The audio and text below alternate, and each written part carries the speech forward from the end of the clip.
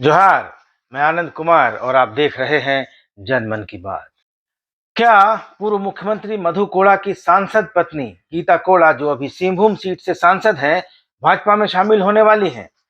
क्या भाजपा से नाराज होकर निर्दलीय चुनाव लड़ने और मुख्यमंत्री के रूप में रघुवर दास को उन्हीं की सीट से हराने वाले सरयू राय की भाजपा में वापसी होगी? और वे कौन से एक दर्जन नेता हैं जिन्हें भाजपा शामिल कराना चाहती है? इन सब सवालों का जवाब जानेंगे। लेकिन पहले, अगर आपने चैनल को सब्सक्राइब नहीं किया है तो सब्सक्राइब कर लें। वीडियोस पसंद आते हो तो उन्हें शेयर और लाइक करें।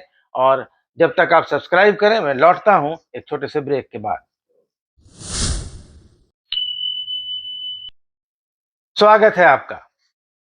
भाजपा के अध्यक्ष रहे और केंद्रीय गृह मंत्री अमित शाह आज रांची में हैं। कल उनका चाईबासा जाने का कार्यक्रम है और वहां से वह लोकसभा चुनाव के मिशन 2024 का आगाज करेंगे। चाईबासा इसलिए कि सिंहभूम झारखंड की उन दो लोकसभा सीटों में शामिल है जहां भाजपा पिछले लोकसभा चुनाव में जीत हासिल नहीं कर पाई थी। तो चुनाव का आगाज करेंगे यहां से अमित शाह। और जैसी खबरें मिल रही हैं कि सिंहभूम सीट से कांग्रेस की सांसद गीता कोड़ा भाजपा में जा सकती हैं। भाजपा उनमें दिलचस्पी दिखा रही है और जहां तक जानकारी है कि उनसे बात भी हुई है इस बारे में। अब इस बात का नतीजा क्या निकलेगा, चूंकि अभी लोकसभा चुनाव में समय है और फिलहाल तो शामिल होने के ऐसे कुछ संकेत नहीं है, क्योंकि अपना टर्म पूरा किए करने के बाद ही गीता कोड़ा कोई फैसला लेंगी या इस बारे में कोई अगला डेवलपमेंट देखने को मिलेगा। लेकिन जो जानकारी मिल रही है उसमें जानकारी यही है कि बीजेपी की नजर गीता कोड़ा पर है। गीता कोड़ा के पति मधु कोड़ा झारखंड के मुख्यमंत्री रह चुके हैं और वे संघ परिवार और भाजपा की पृष्ठभूमि से ही आते हैं। विद्यार्थी परिषद से उन्होंने राजनीति शुरू की थी। अर्जुन मुंडा की सरकार में मंत्री थे और मंत्री रहते ही मुख्यमंत्री अर्जुन मुंडा के साथ उनका चाईबासा की एक सड़क को लेकर विवाद हुआ, टेंडर को लेकर, और कुछ अन्य मुद्दे भी हुए। उसके बाद उन्होंने अर्जुन मुंडा की सरकार गिरा दी और कांग्रेस और झारखंड मुक्ति मोर्चा की मदद से निर्दलीय मुख्यमंत्री बन गए। और ऐसा करने वाले वे देश के पहले मुख्यमंत्री बनने का श्रेय उन्होंने हासिल कर लिया। तो मधु कोड़ा और गीता कोड़ा अब बीजेपी में जाएंगे या उनका क्या रुख रहेगा, ये तो देखने वाली बात होगी। लेकिन जैसी सूचना मिल रही है कि इसमें प्रारंभिक दौर की बातचीत हुई है और भाजपा उनमें काफी दिलचस्पी दिखा रही है, क्योंकि सिंहभूम सीट में भाजपा के पास अभी वैसा कोई दमदार उम्मीदवार नहीं है जो उसे सीट निकाल कर दे सके। सिंहभूम में पिछला चुनाव लक्ष्मण गिलुआ ने लड़ा था लोकसभा का, जो पिछले कोरोना लहर में जिनका निधन हो गया।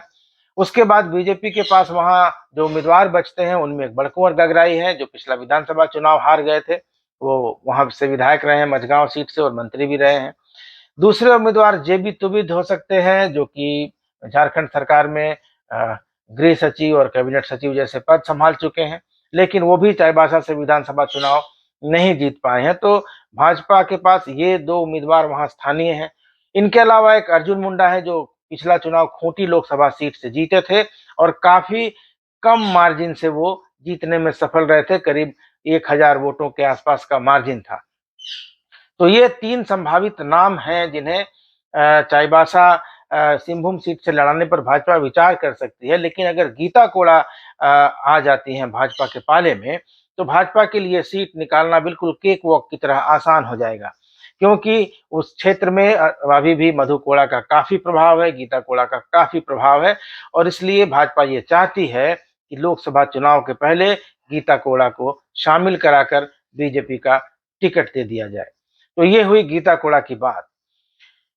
इस दौरे में अमित शाह के जो कोल्हान का दौरा है, जो चाईबासा का दौरा है, इस दौरे के बाद भाजपा के अंदर कुछ हलचल दिखाई देगी, ऐसे संकेत मिल रहे हैं। क्योंकि ऐसी सूचनाएं हैं कि भाजपा करीब 1 दर्जन नेता ऐसे हैं जिन्हें विधानसभा चुनाव के पहले पार्टी में लाने की इच्छुक है, उसको दिलचस्पी है ऐसे नेताओं में।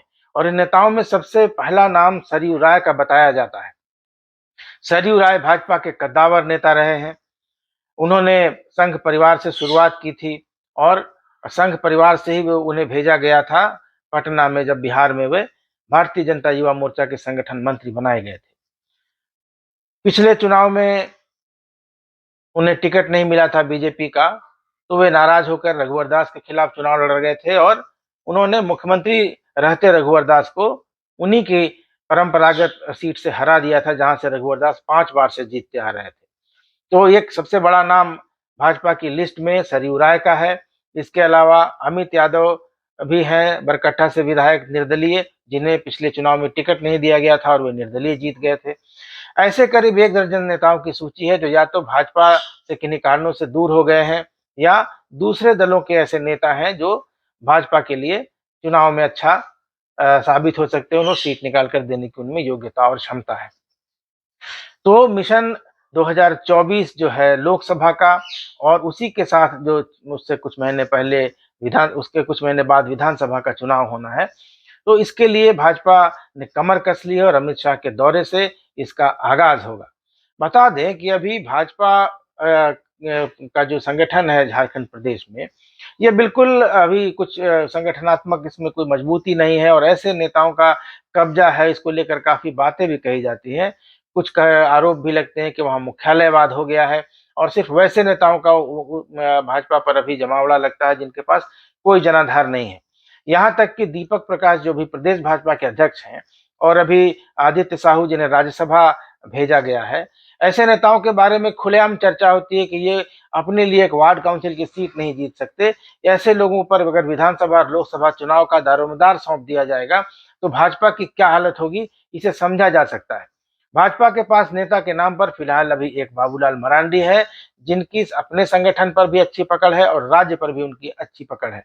इसके अलावा दूसरे नेता अर्जुन मुंडा है, जो फिलहाल केंद्र की राजनीति में है और 5 साल से अधिक समय से वे झारखंड की राजनीति से दूर है, उन्हें शामिल नहीं किया जाता है।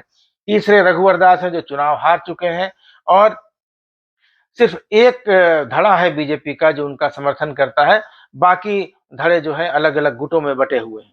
तो इन सब को लेकर भाजपा को ये लग रहा है कि आने वाले चुनाव में उसके लिए समस्या खड़ी हो सकती है, इसलिए एक बार फिर से भाजपा संगठन पर पुनर्विचार होगा, ऐसे संकेत मिल रहे हैं।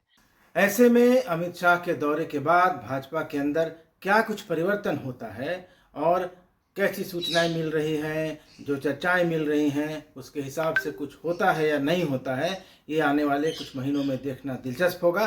तब तक बने रहिए मेरे यानी आनंद कुमार के साथ और देखते रहिए जनमन की बात। धन्यवाद, नमस्कार।